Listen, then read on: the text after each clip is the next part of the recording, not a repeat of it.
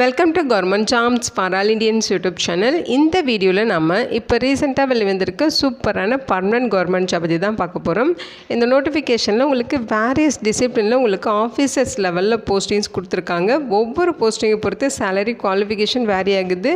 Minimum பார்த்திங்கன்னா per மந்த்துக்கு 40,000 maximum 1,40,000 வரைக்கும் பேசிக் பே மட்டுமே சொல்லியிருக்காங்க. இது இல்லாமல் எக்கச்சக்கமாக அலவன்சஸும் இருக்கும். அலவன்சஸ்லாம் சேர்த்து ஃபஸ்ட்டு மந்த் சேலரி உங்களுக்கு 50,000க்கும் மேலே கிடைக்க நிறைய வாய்ப்புகள் இருக்குது.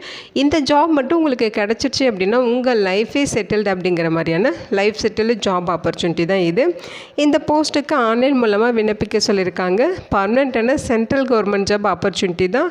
அப்ளை பண்ண லாஸ்ட் டேட் ஆகஸ்ட் 24 வரைக்கும் உங்களுக்கு டைம் கொடுத்துருக்காங்க.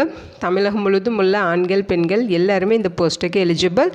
இதோட அஃபிஷியல் நோட்டிஃபிகேஷன் அண்ட் எலிஜிபிலிட்டி பற்றின டீட்டெயில்ஸ் இப்போ நான் ப்ரீஃபாக எக்ஸ்பிளைன் பண்ணுறேன். வீடியோவை ஸ்கிப் பண்ணாமல் முழுமையாக பாருங்கள்.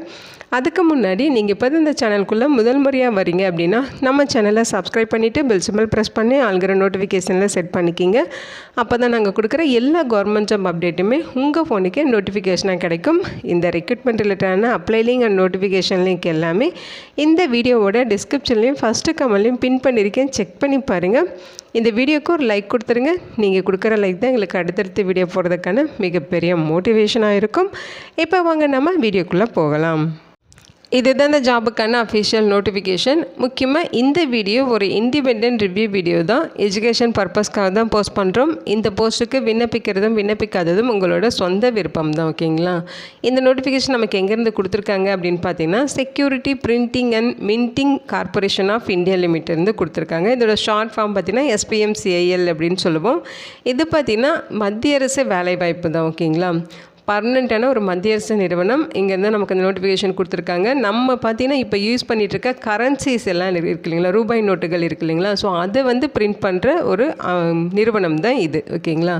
ஸோ இங்கேருந்து நமக்கு இந்த நோட்டிஃபிகேஷன் ரிலீஸ் பண்ணியிருக்காங்க. ஸோ இங்கே சொல்லியிருக்காங்க பாருங்கள். மேனுஃபேக்சரிங் வந்து உங்களுக்கு security papers, printing currency and bank notes, passports, non judicial stamp papers, postage stamps, minting of the coins, so காசு தயாரிக்கிற ஒரு நிறுவனம். நம்ம ருப்பீஸ் அண்ட் காயின்ஸ் இதெல்லாமே இவங்க தான் தயாரிக்கிறாங்க.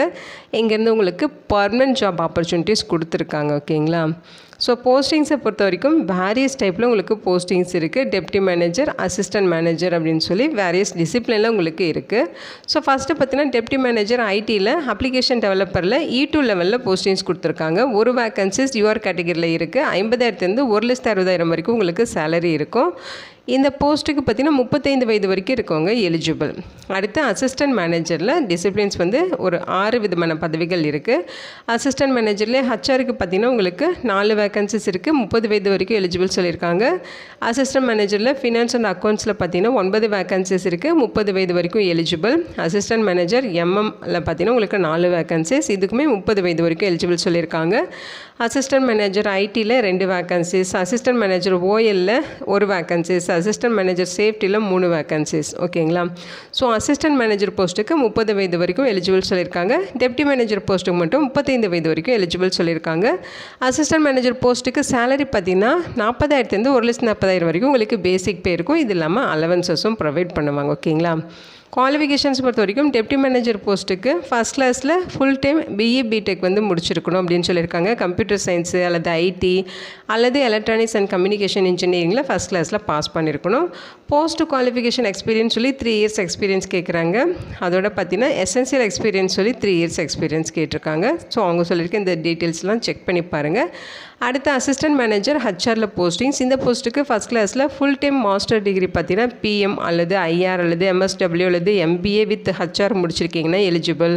அல்லது ஃபஸ்ட் கிளாஸில் 2 years full time post graduation diploma பார்த்தீங்கன்னா மேனேஜ்மெண்ட் வித் HR முடிச்சிருந்தீங்கன்னா எலிஜிபிள்ங்கிற மாதிரி சொல்லியிருக்காங்க. அடுத்து assistant manager finance and accounts. இந்த போஸ்ட்டுக்கு BCom முடிச்சுட்டு அதோட CA அல்லது ICWA முடிச்சிருக்கீங்கன்னா எலிஜிபிள். அடுத்து அசிஸ்டன்ட் மேனேஜர் MM. இந்த போஸ்ட்டுக்கு ஃபஸ்ட் கிளாஸில் ஃபுல் டைம் டிகிரி இன்ஜினியரிங் முடிச்சிருக்கணும். அதாவது மெக்கானிக்கலோ அல்லது எலக்ட்ரிக்கல் அல்லது பல்ப் அண்ட் பேப்பர் டெக்னாலஜி அல்லது எலக்ட்ரானிக்ஸ் அல்லது பிரிண்டிங் டெக்னாலஜியில் நீங்கள் இன்ஜினியரிங் டிகிரி முடிச்சிருக்கீங்க அப்படின்னா eligible.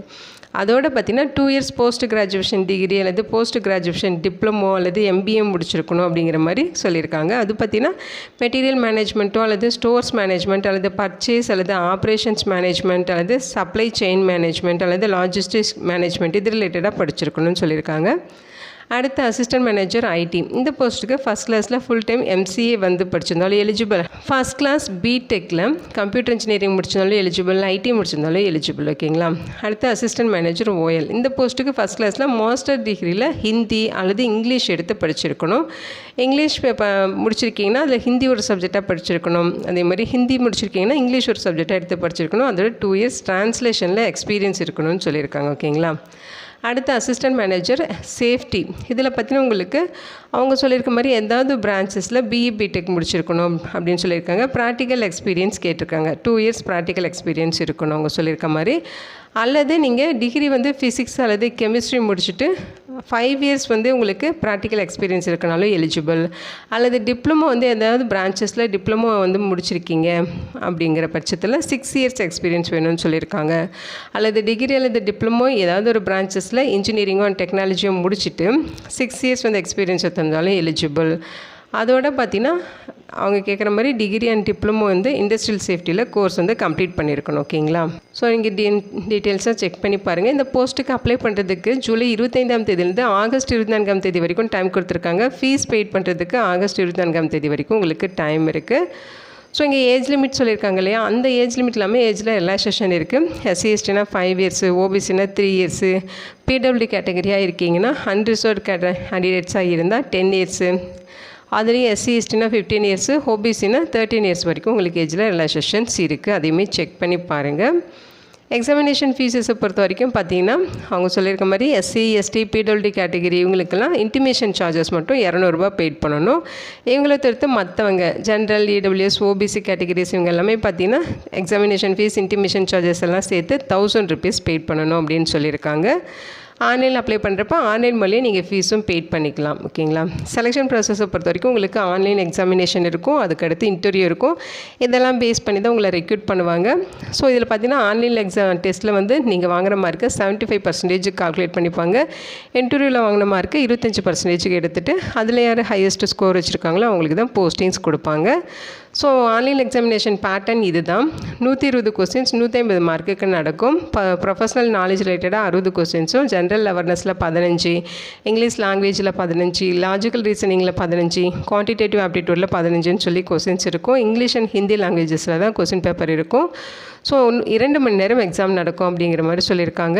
Minimum qualifying mark details கொடுத்துருக்காங்க பாருங்கள். இதில் ஹையஸ்ட் மார்க் யார் எடுக்கிறாங்களோ அவங்கள வந்து இன்டர்வியூக்கு கூப்பிடுவாங்க. 1:4ங்கிற ரேஷியோவில் இன்டர்வியூ கூப்பிடுவாங்க. அதாவது ஒரு போஸ்ட்டுக்கு 4 பேர் அப்படிங்கிற விதத்தில் ஆட்கள் வந்து செலக்ட் பண்ணி இன்டர்வியூக்கு கூப்பிடுவாங்க. அந்த இன்டர்வியூ முடிச்சதுக்கப்புறம் உங்களுக்கு போஸ்டிங்ஸ் வந்து யார் ஹையஸ்ட் மார்க் வாங்கியிருக்காங்களோ அவங்களுக்கு அலாட் பண்ணிடுவாங்க. ஸோ இன்டர்வியூ டீட்டெயில்ஸ் எல்லாமே கொடுத்துருக்காங்க. எப்படி அப்ளை பண்ணுங்கிற இன்ஸ்ட்ரக்ஷனுக்கு கொடுத்துருக்காங்க. ஸோ அப்ளிகேஷன் ப்ரொசீஜர் பார்த்திங்கன்னா அவங்க சொல்லியிருக்க மாதிரி இந்த லிங்க்கில் போய்ட்டு நீங்கள் வேலிடான mail ID, mobile number, Aadhaar number எல்லாமே கொடுத்து நீங்கள் என்ட்ரி பண்ணி ரெஜிஸ்டர் பண்ணிக்கணும். அதுக்கப்புறம் லாகின் பண்ணி ஆன்லைன் அப்ளிகேஷன் ஃபார்ம் ஃபில் பண்ணிவிட்டு ஃபீஸ் பெய்ட் பண்ணணும். மற்ற டீட்டெயில்ஸ் எல்லாமே அதாவது டாக்குமெண்ட்ஸ் எல்லாமே அப்லோட் பண்ணணும். அப்லோட் பண்ணிவிட்டு நீங்கள் சப்மிஷன் பண்ணுறது தான் உங்களுக்கு வந்து ஒர்க்காக இருக்கும் அப்ளை பண்ணுறதுக்கு. ஸோ இங்கே வந்து பார்த்திங்கன்னா ஹேண்ட் ரிட்டன் டிக்ளரேஷன் இமேஜ் எல்லாமே கொடுத்துருக்காங்க. லெஃப்ட் ஹேண்ட் தம்ப் இம்ப்ரெஷன் வந்து நீங்கள் அப்லோட் பண்ணணுங்கிற மாதிரி சொல்லியிருக்காங்க. இங்கே இன்ஸ்ட்ரக்ஷன் எல்லாமே கரெக்டாக படித்து பார்த்துட்டு நீங்கள் அதுக்கேற்ற மாதிரி கரெக்டாக விண்ணப்பிச்சுக்கிங்க. ஸோ இது பார்த்தீங்கன்னா பர்மனெண்ட்டான மத்திய அரசு வேலைவாய்ப்பு. அதனால் ஆல் இந்தியன் சிட்டிசன்ஸ் இந்த போஸ்ட்டுக்கு எலிஜிபிள், தாராளமாக விண்ணப்பிச்சுக்கலாம். இந்த வீடியோ உங்களுக்கு யூஸ்ஃபுல்லாக இருக்கும்னு நினைக்கிறேன். இதோட லிங்க் டீட்டெயில்ஸ் எல்லாமே இந்த வீடியோவோட டிஸ்கிரிப்ஷன்லையும் ஃபஸ்ட்டு கமெண்ட்லையும் பின் பண்ணியிருக்கேன், செக் பண்ணி பாருங்கள்.